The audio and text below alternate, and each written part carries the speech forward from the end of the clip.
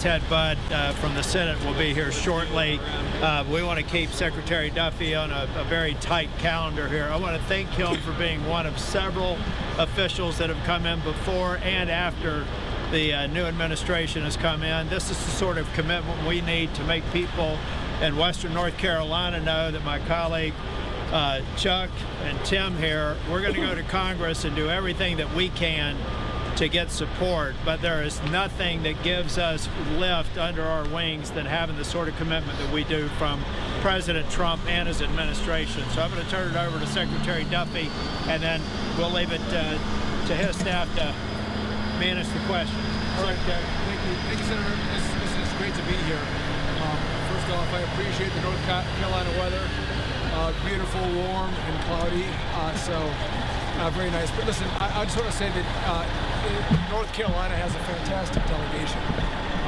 You look at the two senators, Senator Tillis, Senator Budd, but also the Congressional delegation. They do a fantastic job fighting to make sure Washington understands how important the needs are that you have, especially here along I-40.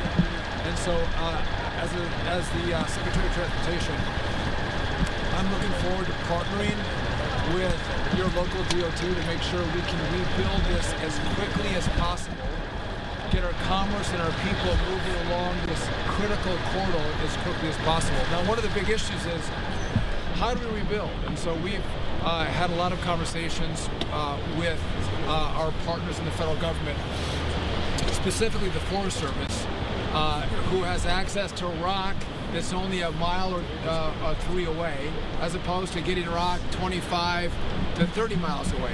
If we can get that local rock, it's going to mean this project happens much more cost effectively and probably in a third of the amount of time. And so the Forest Service has been willing to streamline, fast track the permitting process. We're hopeful that we get a positive answer, which means we get the I-40 open that much quicker. And so I understand, I know the President understands how important it is to connect communities and make sure our goods can flow between states and communities when you have roads that work.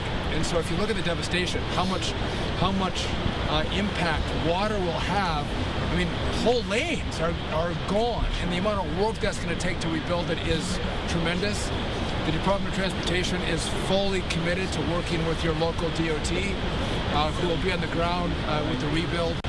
But I think you're going to see fantastic coordination and collaboration, cooperation to make sure that this gets done quickly. Just very quickly, I'm from Wisconsin, and I come from a small town, and so often I think we feel like small towns, small communities are forgotten. They get left behind. And I know the President has said he's not going to forget Tennessee, but not forget North Carolina. I can promise you this, I'm not going to forget North Carolina. The first thing I said in my confirmation hearing was, this is the first trip I was going to take, because I feel like there's been a mentality where people weren't paying attention to the devastation that happened. We're not going to let that happen. We are going to dive in. And again, it's easy to do that when you have great federal partners like you have here in North Carolina. And I just want to say hi to my great friend, Ted Budd, who I served in the House with on the greatest committee, by the way, Financial Services. Then he decided to leave us and go to the Senate. But good to see you as well. Yeah, great to see you as well. Thanks for coming to North Carolina. You want to head up? Yeah, sure. Again, I want to thank Secretary Duffy for being here. I also just want to thank the press for being here. As Secretary Duffy mentioned, the greatest concern of people out here in the western part of the state regarding what happened in late September of last year is being forgotten. And Secretary, you're showing that they're not forgotten by being here.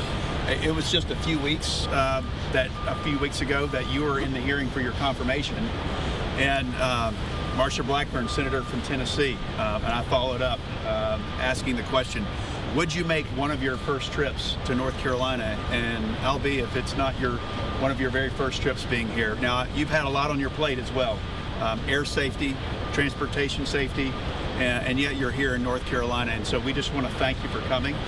And this is not about a VIP visit as much as it is about getting things done for North Carolina, taking the perceived timeline, which is years for North Carolina, and maybe compressing that and seeing what we can do. Working with the authorities and other agencies like the Department of Agriculture and the Forest Service to see if we can quarry the materials needed even closer to get this open even sooner for helping the economy in Western North Carolina. So we've got a lot of work to do. You're a hard worker, you're a smart worker, you've got a great team around you. And with my colleagues as well from the House. Chuck Edwards, Tim Moore are here, Senator Tillis. We're locking arms to do this as quickly as we can and as economically as we can. So we look forward to getting this going. So again, thanks for coming to North Carolina. It's good to be here. I believe the Secretary has a hard stop at about 11:11. So, Mr. Secretary, you want to answer some questions? If you guys have questions? Questions on the response. If time allows later, others, but on topic, please. Where would the stone come from? So the Forest Service has a quarry they looked at. Secretary, you want to come over here? Sir? Thank you, sir. So directionally from here, not sure where it's at, but again, it's a few miles away, way closer to this project than the other quarry, which is again 25, 30 miles away. So if we can get the permitting for that rock, it'll be way cheaper, and the project will get rebuilt way faster. This project requires federal funds and federal workers, employees doing their jobs. Is that incongruous with cutting federal funds and federal workers? So the project is done locally. We support, we help fund, we give technical assistance, but the work is done. I meant federal agents. By the local DOTs, the state DOTs. And so, again, you guys have a great Department of Transportation here in North Carolina. And again, they've been great partners so far with us at the U.S. DOT, and I look forward to working with them. Secretary, they were hoping to have this road open by January 1st. Obviously, there were some setbacks that wasn't possible. What are you doing to make sure that this can progress faster so that this can get open as soon as possible? So I would direct you to the local DOT, but again, there's I think a few things that they didn't foresee as they tried to get this open in January. Obviously it's been delayed, but I think critically, safety is the most important, right? And so you're not going to open up a roadway that's not safe. And I think that's the consideration that caused the delay, and I think everyone here would agree that safety is paramount, and if you can't guarantee safety, you should delay, and I think that's what's happened here. Secretary, you mentioned the support of funding for the local DOT. The permanent fixtures here is going to be around $1 billion. Do you have the idea that the federal government is going to help pay for a majority of those costs? So again, you have your federal delegation here, which helps us with the dollar side. But again, I think the president has indicated he is fully supported to the rebuild. Our department is as well, and I think you're going to have the resources necessary to help you make sure you're made whole after this disaster. I guess if the senators want to talk to that, you can on the funding side. But it seems like you get a few people who aren't on board, but most of the Congress has understood this disaster and the need for resources to help you rebuild. Secretary, can you talk a little bit about the recent DOT memo linking transportation funding to birth rates and why in particular that metric was chosen as opposed to, say, population or other criteria? So I'll answer that question, but I guess, and again, that's a little more political. And I think what I want to do is focus on what's happened here and the need to rebuild this infrastructure that connects two states, that connects communities. And if you look down your shot, you see a roadway that's completely gone. And that's why I'm here. But in regard to your question, which is the only political one I'll take, is when communities have kids and families, that's where you see growth. And we want to invest in growth, and it's only one factor that we're going to consider as we look at where we put our money. But those places where there's families, again, those are communities that will continue to grow, which is why we should take that into consideration as we look at where we want to invest dollars. and if I'm a little jittery, it's a little cold out here if you guys can't tell. I'm shaking. Where are you from? Secretary, also, when it comes to private roads and bridges, for some of these smaller communities, families, and neighborhoods that might only have 5 to 10 houses on them, is there anything that's going to come from the Department of Transportation to help with those issues here in the So mountains?